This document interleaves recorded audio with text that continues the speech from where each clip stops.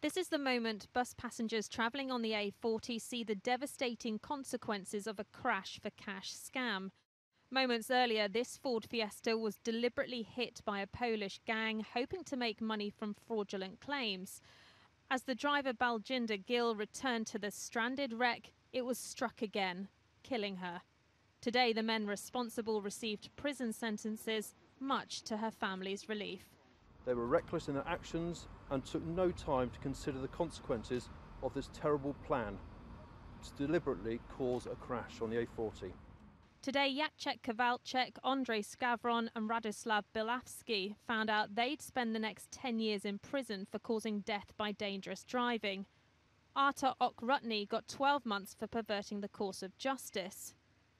This van belonged to 34-year-old Colin Lee. He wasn't part of the gang, but it was the crash with him that killed Miss Gill.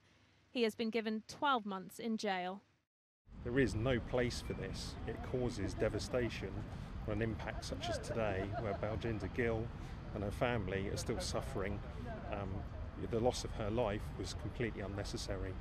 And I would urge people that are thinking about doing such criminal activity to look at today, reflect on what's happened, stop and not to do it. These crash for cash scams affect all of us because every time someone puts in a fraudulent claim, all of our premiums go up.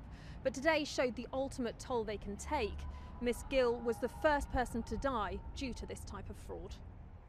New figures show 1 in 7 personal injury claims are fraudulent, and there are 69,500 false personal injury claims a year. Crash for cash scams cost the motor industry nearly £400 million annually.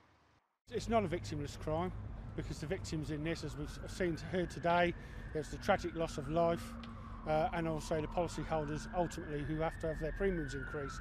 They are also victims.